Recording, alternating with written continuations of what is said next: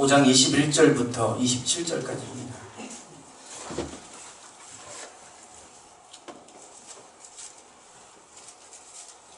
5장 21절부터 27절까지 교독하시겠습니다. 에녹은 65세에 무드셀라를 낳았고 그는 365세를 살았더라.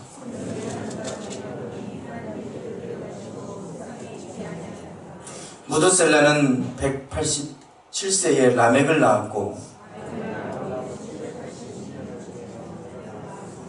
그는 969세를 살고 죽었더라.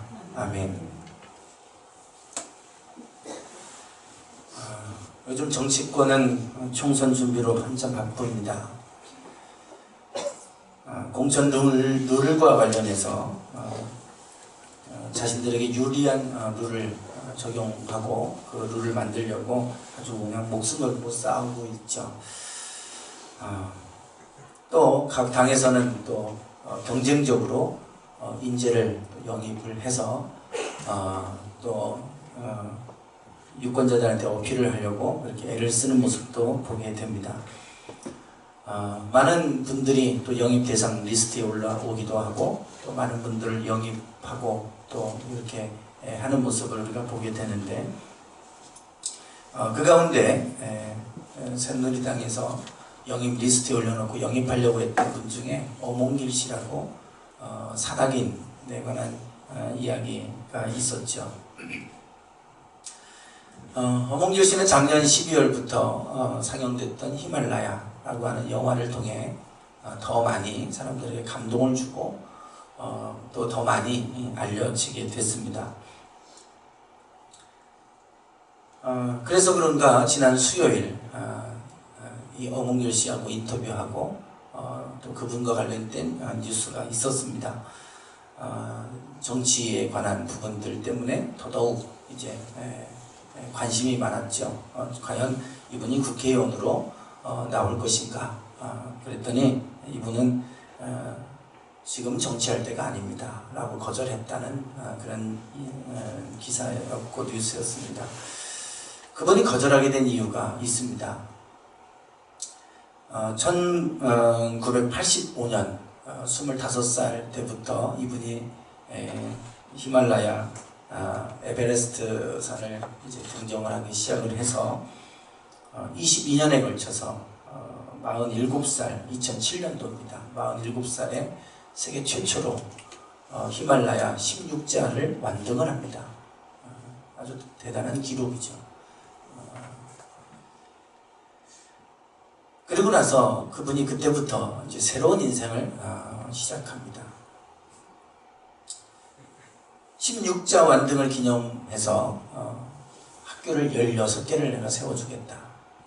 그 히말라야에서 그 히말라야 산 에베레스트에 등정하는 사람들을 돕는 쉐르파들, 그들의 가족들, 자녀들을 위한 학교를 세워야 되겠다. 그 네팔의 오지에 학교를 세워서 그들을 좀 도와야 되겠다. 그런 마음을 가지고 어몽길 휴먼 재단을 세웠습니다. 그리고 지금까지 학교를 세우고 있는데 지금 11개째 학교를 세우고 있다고 그럽니다. 자신이 히말라야에서 분명히 약속한 게 16개 학교를 지어주겠다 그랬는데 그 약속을 아직 다 못 지켰는데 내가 지금 정치할 때가 아니다.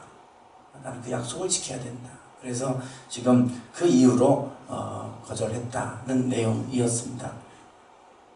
그분은 인터뷰에서 왜 그 일을 시작하게 됐는지를 이야기를 합니다.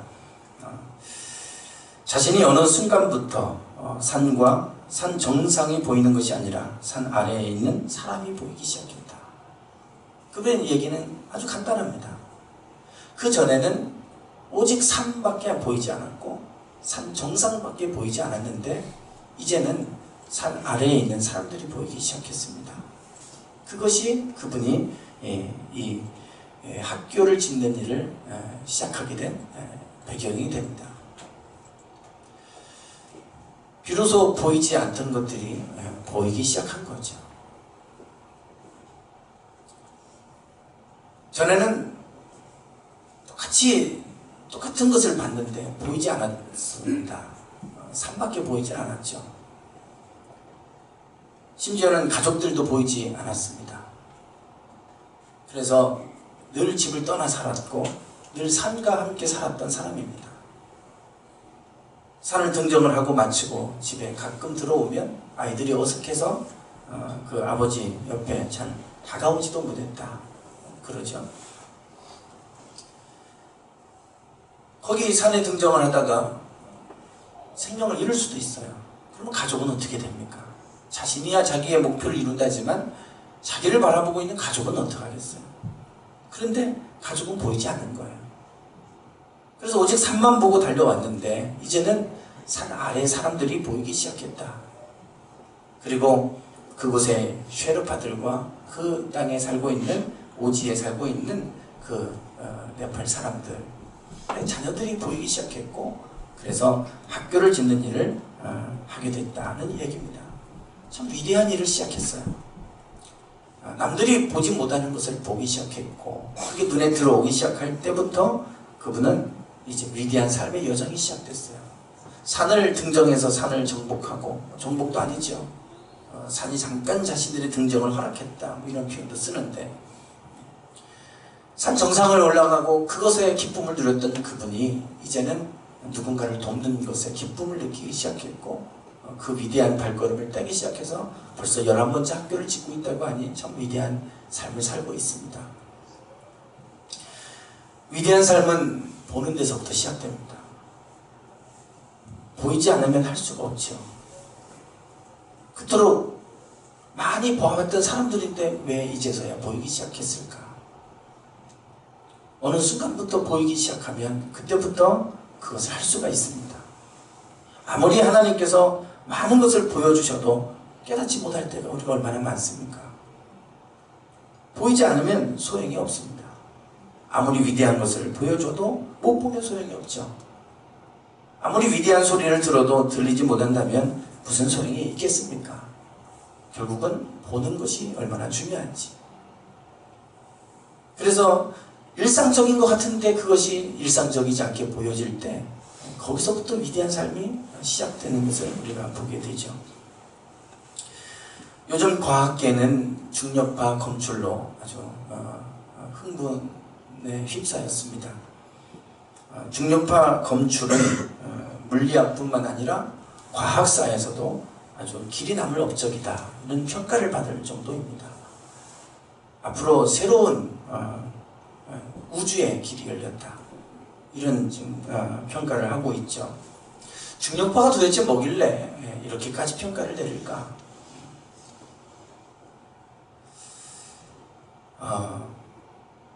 여기 화면에 보시면 빛 스펙트럼이 있습니다. 한가운데 보시는 게 가시광선이라고 하는 것이죠. 우리 눈으로 볼 수 있는 광선입니다. 빛도 우리 눈으로 볼 수 있는 빛만 있는 건 아닙니다. 저렇게 아주 넓은 스펙트럼을 갖고 있죠. 우리가 볼 수 있는 스펙트럼은 그 파장은 고작 해야 지금 눈에 보이는 것처럼 가운데 가시광선이라고 하는 저 정도밖에 못 봅니다. 그 파장이 더 작거나 더 길어도 우리는 못 봅니다. 소리도 마찬가지죠. 소리의 진동의 폭을 우리가 들을 수 있는 한계가 있습니다. 지구가 자전할 때 어마어마한 소리를 낸다고 그러죠. 근데 그 진동폭이 너무 크기 때문에 우리 귀에 안 들리는 거예요. 들리면 우리 귀 고막 찢어져서 살 수가 없습니다. 하나님께서 그렇게 우리를 창조하셨어요. 그러니까 우리가 들을 수 있을 범위 내에서 듣게 하신 거지. 지극히 작은 것도 우리가 듣는다. 우리 강아지 보니까 그래요. 작은 거 들으면 자다 빨딱빨딱 일어나서 잠도 못 자요, 제대로. 그럼 우리가 어떻게 살겠어요? 미세한 세균을 다 보고 있다면 어떡하겠습니까? 음식 못 먹어요. 하나님이 볼 수 있을 만큼만 보게 해놓으셨어요. 그 영역이 근데 너무 짧아요. 아주 작은 영역이잖아요. 그러니 우리 눈에 보이는 것만 믿겠다는 게 얼마나 어리석은 건지 이걸 보면 우리가 금방 드러납니다. 우리가 보지 못하는 게 얼마나 많습니까? 빛 가운데서도 볼 수 있는 영역이 고작 이 가시광선 영역밖에 안 돼요. 그런데 파장이 왼쪽으로 가면 짧고 오른쪽으로 가면 깁니다. 이 짧은 이쪽 왼쪽에 자외선이 있고 긴 쪽에 오른쪽에 적외선이 있어요. 자외선과 또 X선, 감마선 왼쪽에 오른쪽에는 적외선, 초단파, 전파 뭐 이런 것들이 있죠. 파장이 짧으면 우리 몸에 해롭습니다. 그래서 자외선, 뭐 UV 차단한다고 그러지 않습니까? 파장이 긴 거는 그래도 우리 몸에 해롭지는 않습니다. X선도 자꾸 쏘이면 방사선 쬐다고 위험하다고 그러지 않습니까? 그래서 우리가 눈으로 보지 못하지만 X선을 통해서 우리 몸의 내부를 봅니다. 그리고 더 나아가서 감마선 같은 경우는 이 건물을 휘파기 검사를 통해서 건물 내부의 균열이라든지 잘못된 부분들을 보죠. 이 감마선으로 보는 거예요. 저 오른쪽으로 가면 전파가 있어요. 라디오를 수신하고 우리가 TV를 보는 게 저 전파 파장을 이용하는 거죠. 저것이 있으니까 우리는 TV를 통해서 방송국에서 보낸 신호를 받아가지고 똑같이 방송국에서 제작한 화면을 우리가 여기서 보아요. 우리는 저 파장을 이용해서 보는 겁니다. 가시광선도 저 파장을 가지고 우리가 눈으로 보는 거고요. 다 똑같습니다. 그래서 결국은 우리가 이제 지금까지는 저런 감마선이라든지 전자파라든지 X선이라든지 저런 것을 통해서 우리가 못 보던 걸 보아왔어요. 근데 문제는 저런 것을 가지고 보면 많은 정보가 소실된다는 거예요. 주변에 여러 가지 많은 것에 간섭을 받아서 소실된다. 그러나 중력파는 그것과 상관없이 아주 깨끗한 우주의 초기 상태를 우리가 볼 수 있는 눈이 열렸다. 새로운 우주를 보는 눈이 열렸다는 거예요. 지금까지 감마선, X선 그것을 가지고 우리가 이 보지 못했던 영역을 보아왔다면 이제는 중력파라고 하는 것을 통해 볼 수 있게 됐다는 겁니다. 중력파도 똑같은 파장이에요. 똑같은 파장의 하나의 부분인데 그 중력파를 우리가 이제 검출을 했기 때문에 그 중력파를 통해서 우주를 볼 수 있는 길이 열렸다. 그래서 아주 획기적인 과학사의 길이 남을 만한 업적이다. 이런 얘기를 하고 있는 거죠. 그런데 이 중력파를 이미 100년 전부터 예견한 분이 있었어요. 아인슈타인이죠. 천재과학자 아인슈타인.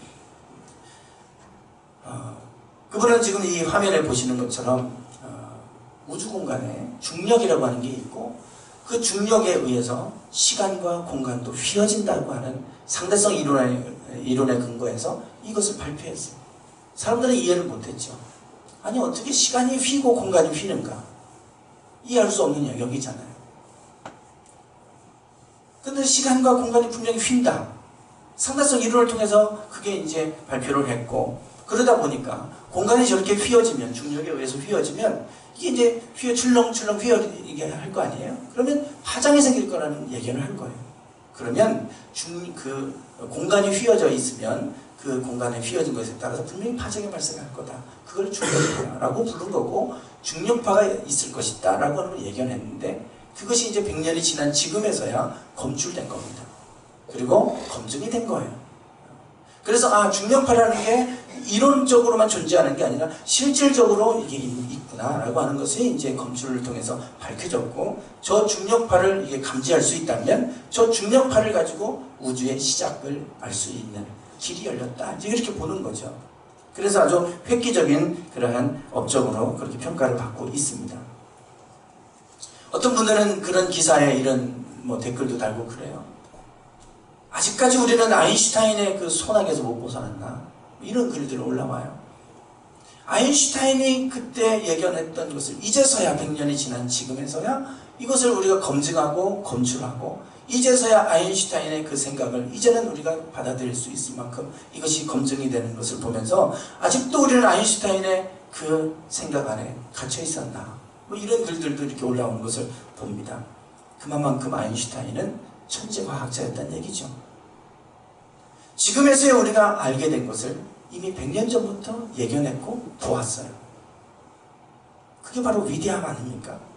천재와 평범한 사람의 차이는 보지 못하는 것을 보는 거예요. 남들은 눈에 보이지 않으니까 못 봐요. 그러나 안 보이는데 이분은 자신만의 물리학 이론을 통해서 그걸 이미 봤고 그걸 예견했어요. 그러니까 위대한 거 아닙니까? 남들이 보지 못하는 것을 이미 100년 전부터 예견해서 그걸 봤기 때문에 역시 천재다. 우리가 그렇게 이제 인정할 수밖에 없는 거죠. 우리가 먼저 본다고 하는 것 아주 통찰력 있게 본다는 것, 남이 못 보는 것을 보는 것, 이것이야말로 얼마나 귀한 것입니까? 성경에 보면 아인슈타인보다도 훨씬 더 위대한 사람들에 관한 이야기가 성경에 나와요. 남들이 못 봤던 것을 이미 오래전에 봤던 사람들이 성경에 얼마나 많이 나왔는지 몰라요. 그 대표적으로 오늘 우리가 읽은 본문 말씀에 에녹이라는 사람이 등장을 합니다.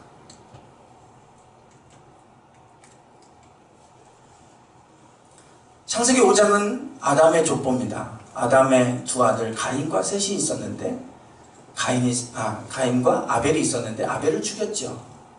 아벨을 대신해서 다시금 아담이 아들을 낳았는데 그게 셋입니다. 그래서 가인의 족보와 셋의 족보가 4장과 5장에 걸쳐서 이제 소개가 됩니다. 셋의 족보가 5장입니다. 그 셋의 족보를 통해서 제 7대손 에녹에 관한 얘기가 나오죠. 21절에 보면 에녹은 65세에 무두셀라를 낳았고 무두셀라를 낳은 후 300년을 하나님과 동행하며 자녀들을 낳았으며 그는 365세를 살았더라. 65세에 무두셀라를 낳았고 300년을 하나님과 동행하였으며 그리고 365세에 오세를 살았다. 그렇게 말합니다. 그리고 24절에 보면 에녹이 하나님과 동행하더니 하나님이 그를 데려가심으로 세상에 있지 아니하였더라. 그렇게 말합니다. 보통 지금 이 족보를 잘 보세요. 족보를 잘 보시면 보통 몇 살을 살았나 한번 보십시오. 보통 900살을 삽니다. 뭐 어떤 사람은 800 몇 살을 사는 사람도 있고 뭐 700 몇 살을 사는 사람도 있는데 대부분 700에서 900살을 살지만 많은 분들이 거의 900살을 삽니다. 거의 1000년 가까이 살았습니다. 대단하죠. 1000년을 산다. 이 1000년이 얼마나 긴 시간입니까? 그러면 노화가 잘 일어나지 않은 거예요. 노화가 더디게 진행된 거 아닙니까? 지금은 제가 금방 느껴요. 40이 넘어서면서부터 몸이 예전 같지 않은 거예요. 왜 이렇게 골골대는지. 아주 저는 그래도 운동신경이 있어서 모든 운동도 다 잘하고 축구를 해도 물불 안 가리고 뛰고 그렇게 하는데 그런데 지금은 이제 몸을 살해야 돼요. 그래서 몸이 예전 같지 않아서 이게 점점 노화되는 걸 느껴요. 제 몸이. 그래서 그런 것들을 좀 생각을 하면 왠지 서글퍼지고 나도 늙어가나 보다. 아직도 어떤 분들이 그래요. 목사님이 참 젊으시네요. 저는 그래도 나이가 좀 먹었다고 생각하는데 아직도 목사님 젊으시네요. 그래요. 좋은 말인지는 모르겠지만 그런데 저는 그걸 느껴요. 몸이 점점점 이렇게 노쇠화된다. 약해지는구나. 이걸 느끼는데 1000년을 살았으면 늘 청년이었을 것 같아요. 늘. 그러니 이게 더디게 진행됐을 거 아닙니까? 그렇게 살았던 때예요. 그런데 그렇게 긴 시간을 살았던 시대에 에녹은 365세를 삽니다. 1년 365일이잖아요. 딱 그 365세를 살아요. 365년을 살았어요. 그래서 이 에녹은 좀 연구의 대상인 거예요. 남들은 다 900세를 사는데 왜 365세를 살았냐. 더군다나 이 족보를 잘 보면 다른 사람들은 몇 세에 누구를 낳고 몇 세에 죽었다 이렇게 좀 표현되어 있습니다. 무두셀라도 969세를 살고 죽었더라 이렇게 끝나잖아요. 그런데 에녹은 죽었다는 말이 안 나와요. 하나님과 그가 동행하더니 하나님이 그를 데려가심으로 세상에 있지 아니하더라. 하나님이 그를 데려가셔서 세상에 있지 않았다. 죽었다는 말을 안 써요. 그래서 에녹은 죽음을 보지 않고 하나님이 그냥 하늘로 그냥 불려가셔서 들림받은 사람이다. 그렇게 이제 우리가 이해를 하고 있어요. 정상적으로 나이에 죽은 게 아니라 하나님 데려가셔서 더 이상 세상에 있지 않았다 이렇게 말하고 있어요. 에녹은 다른 사람들과 다르게 하나님과 동행한 사람이라고 분명히 얘기합니다. 그런데 우리가 지금 봐야 될 게 뭐냐면 에녹은 65세에 무두셀라를 낳았고 그러죠. 65세에 무두셀라를 낳았어요. 그 다음부터 300년을 하나님과 동행합니다. 무두셀라를 낳은 후부터 300년을 하나님과 동행하며 살았다 그랬어요. 무두셀라를 낳을 때 그의 삶에 어떤 변화가 있었습니다. 그걸 우리가 어떻게 알 수 있냐면 그 무두셀라의 이름을 보면 알아요.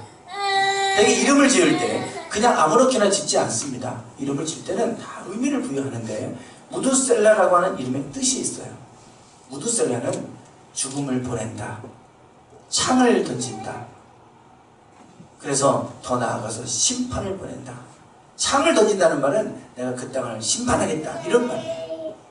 그 땅을 내가 심판하겠다, 그 땅에 내가 죽음을 보내겠다, 이 말이 무두셀라입니다. 에녹은 65세에 아들을 낳으면서 무두셀라라고 이름을 지었어요. 그런데 그가 969세를 살죠. 969세를 삽니다. 지금 여기가 무두셀라입니다. 아담부터 쭉 내려와서 그 위에 에녹이 있고 그 아래가 무두셀라예요. 969세를 사는데요. 65세에 에녹이 65세에 무두셀라를 낳죠.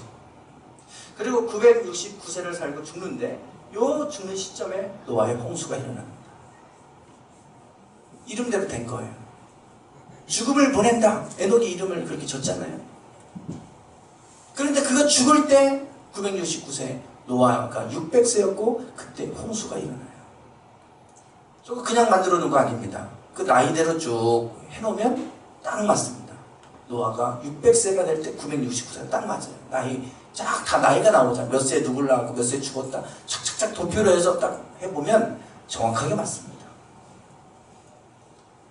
에녹은 300, 이미 900, 에녹이 무두셀라를 낳을 때 65세에 낳고 그리고 나서 하나님과 동행했다 그랬잖아요. 969세 9년 전에 이미 하나님이 그 땅을 심판할 걸 이미 에녹은 알았어요. 우리가 100년 앞을 미리 내다봤던 아인슈타인도 위대하다고 그러는데 에녹은 969년 앞을 먼저 내다본 사람이에요.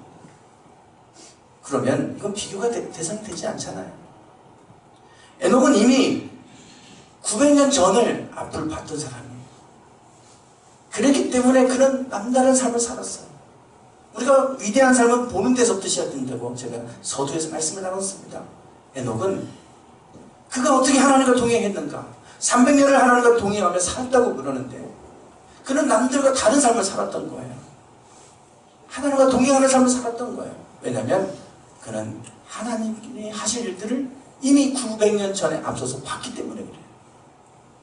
앞으로 이 땅에 심판이 올 것을 알았고 보았기 때문에 에녹은 세상 사람들과 똑같이 살 수 없었어요. 그래서 에녹은 하나님과 동행하는 삶을 살아갑니다. 성경에 많은 위대한 사람들이 이렇게 앞을 먼저 내다봤던 사람들이에요. 그랬기 때문에 그들이 남다른 삶을 살았던 거죠.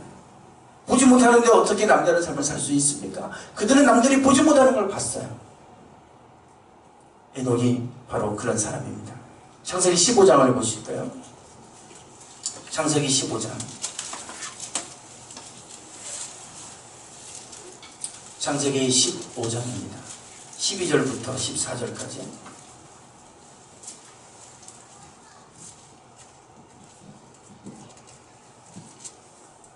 같이 읽어보겠습니다. 시작.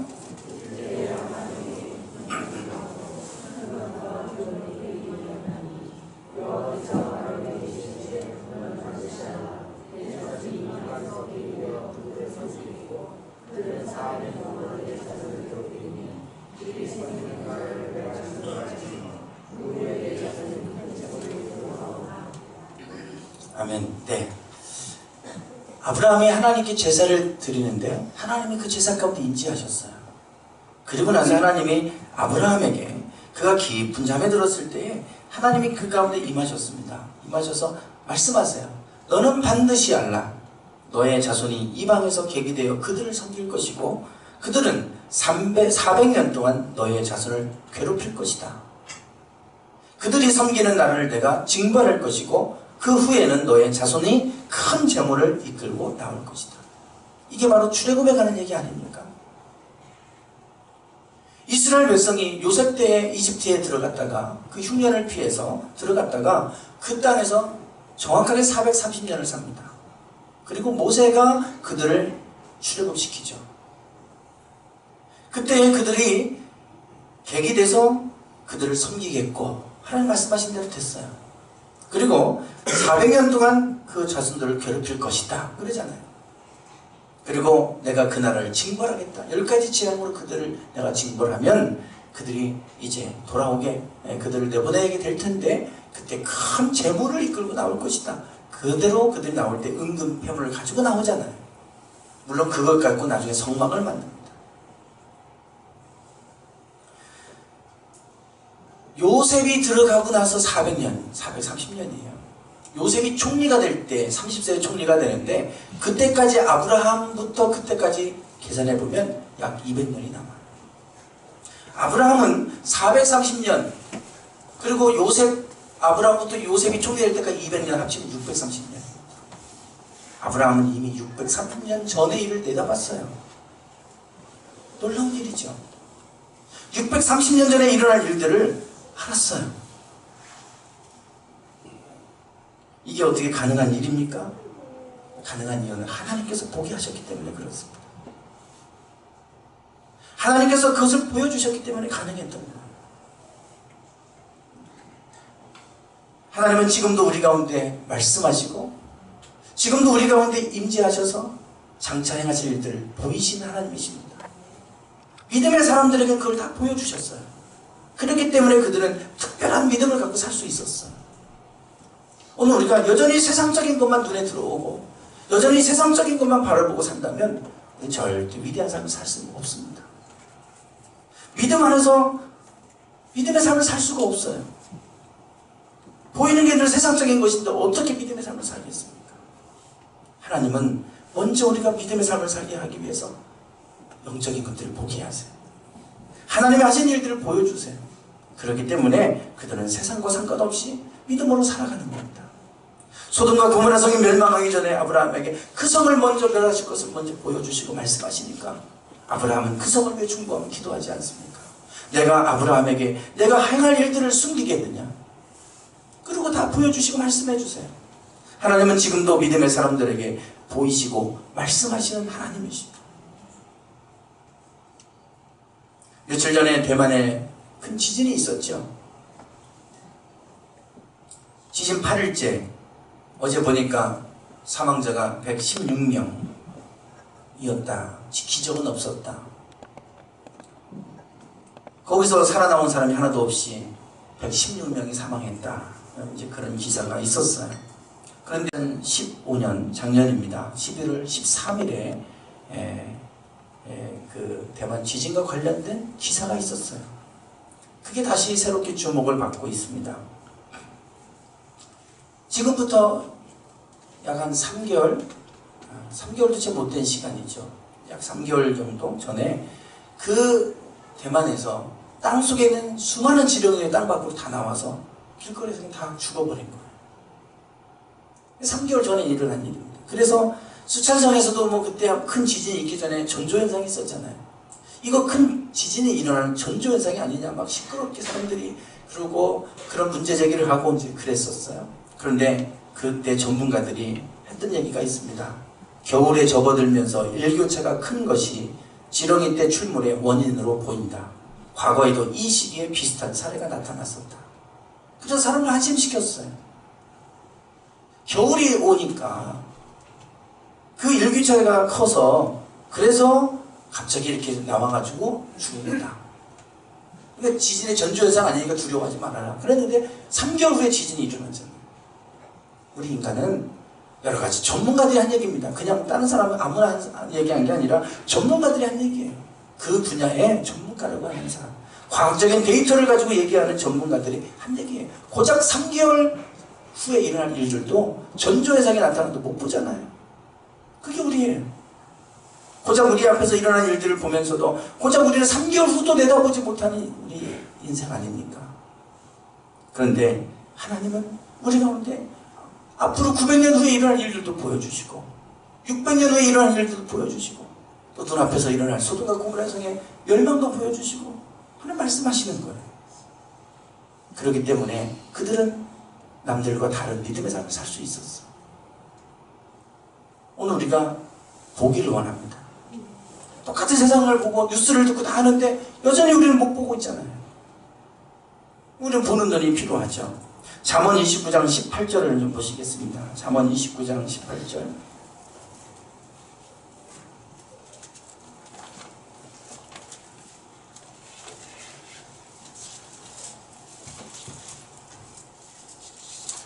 잠언 29장 18절입니다.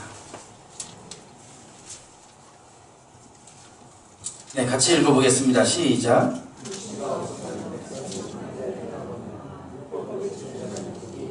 아멘. 네, 이 말씀이 비전이 없는 백성은 망한다, 이런 말씀 많이 들어보셨죠? 그 얘기가 이 말씀의 근거에서 하는 얘기입니다.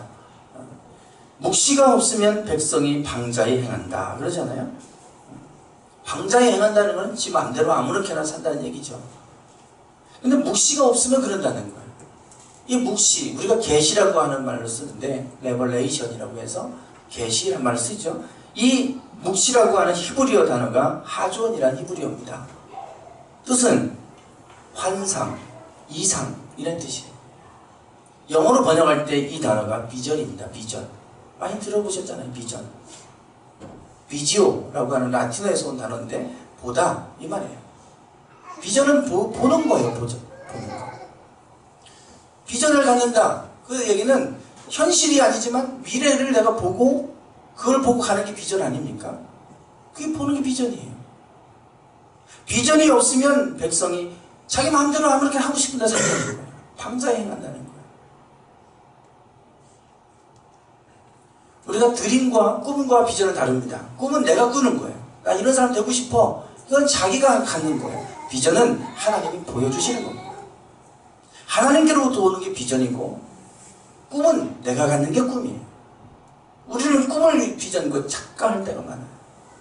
나는 뭐가 되고 싶어요. 우리 아이가 그래요. 지금 첫째 아이가 필리핀 가 있는데 자기는 뭐 항공우주 연구소에 들어가서 거기에 관련된 로켓과 뭐 이런 걸 개발하고 하는데 뭐 하고 싶다고 막 계속 그래요. 꿈은 꿀을 꾸는 거니까 그걸 뭐라고 하겠어요. 그러나 저와 아내가 하는 얘기가 있죠. 그거는 네가 바라는 꿈일 수 있지 않니? 하나님이 너에게 바라시는 꿈이 뭔지 하나님 바라시는 바가 있을 거니까 그게 하나님 바라시는 게 뭔지 모르니까 그것도 한 번 더 기도해보면 좋겠다. 위대한 꿈을 갖고 뭐 그런 거 좋아요. 그러나 우리를 향한 하나님의 또 비전이 다를 수 있잖아요. 하나님이 그에게 보여주신 비전이 있어야 되잖아요. 그게 비전이에요. 비전. 비전이 없으면 백성은 자기 마음대로 산다는 거예요. 하나님이 우리에게 보여주시는 비전이 있으면 그들은 방자에 행하지 않고 율법을 지키며 산다는 겁니다. 그래서 율법을 지키는 자는 복이 있느니라. 보는 사람은 함부로 살 수가 없어요. 못 보니까 자기 마음대로 함부로 사는 거예요. 왜 이 시대가 이렇게 엉망진창이 되어 갑니까? 세상이 엉망진창이잖아요. 모든 질서가 다 깨지고 있습니다. 예수님 시대도 마찬가지였어요. 엉망진창이었죠. 그때 예수님께서 오셔서 하신 말씀은 하나님의 나라, 하나님의 나라가 가까이 왔다. 하나님의 나라를 선포하셨고 하나님의 나라를 먼저 구해라 그러셨어요. 예수님이 보여주신 것은 이 세상 나라가 아니라 하나님의 나라였습니다. 하나님의 나라를 바라봐라. 하나님의 나라를 보는 사람은 세상을 함부로 살 수 없어요. 하나님의 나라를 못 보니까 그러는 거예요. 왜 목사가 교수가 자기 딸을 때려 숨지게 합니까? 목사지만 하나님 나라를 못 보니까 그런 거죠. 왜 우리가 세상적인 거하고 욕심을 부리고 그것 때문에 사람을 죽여야 되고 싸워야 되고 왜 그렇습니까? 하나님 나라 큰 것을 못 보고 작은 거 세상적인 거 보니까 그런 거 아닙니까? 하나님은 우리 가운데 비전을 주십니다. 우리가 눈에 보이는 것에 집착하고 살게 되면 자기 방자에 행동한다는 거예요. 그러나 비전을 갖고 있으면 그 백성은 방자에 행동하지 않고 율법을 지키며 산다. 그런 사람에게 복이 있다. 그렇게 말씀하세요. 오늘 우리가 보기를 원합니다. 하나님은 우리 가운데 비전을 주세요. 보여주세요. 내가 보고 싶은 것만, 보여지는 것만 보는 게 아니라 우리가 보지 못했던 것을 눈을 열어 보게 하세요. 거기서부터 위대한 일이 시작됩니다. 비록 크리스찬이 아니지만 어몽길시도 안에 사람들이 보기 시작할 때 그때부터 그들을 위한 어떤 일을 하기 시작하잖아요. 보여지지 않으면 아무 일도 하지 못합니다. 오늘 우리가 먼저 보는 눈이 열리기 원합니다. 우리가 보고 싶어서 보는 것이 아니라 하나님은 하나님의 사람들에게 보여주세요. 그걸 본 사람들은 결국 위대한 믿음의 삶을 살았고 그게 바로 성경의 위대한 인물들의 모습이었어요. 오늘 우리가 그러한 믿음의 삶이 되기 원합니다. 위대한, 이 세상에서 남들과 똑같은 삶이 아니라 구별된 위대한 삶을 살기 원한다면 먼저 우리의 보는 눈이 열리기 원합니다. 하나님은 믿음을 통해서 우리에게 보게 하실 줄 믿습니다. 기도하겠습니다.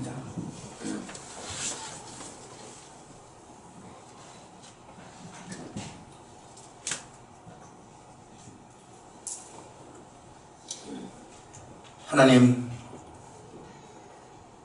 우리가 보고 있는 것은 무엇입니까? 여전히 세상적인 것이 눈에 들어오고 그것에 우리가 집착해서 살고 있다면 우리는 방자히 살 수밖에 없습니다. 비전이 없으면 방자히 행한다고 성경은 말씀합니다. 하나님이 보여주시는 비전을 보지 못하면 우리가 그렇게 모든 사람들이 크리스찬이라 하더라도 우리는 그렇게 살 수밖에 없습니다. 목사라 하더라도 세상보다 더 악해질 수 있습니다. 주님, 우리의 눈을 열어 보게 하옵소서. 이 세상 것을 보지 못하게 하시고 오직 하늘에 속한 것들을 보게 하셔서 영적인 것들, 하늘에 속한 신령한 것들을 보게 하셔서 더 위대한 것을 품을 수 있게 하시고 더 위대한 것을 향해 우리가 발걸음을 내딛는 삶이 되게 하옵소서. 예수님의 이름으로 기도드리옵나이다. 아멘. 찬송하시고 기도하고 예배를 드리겠습니다. 545장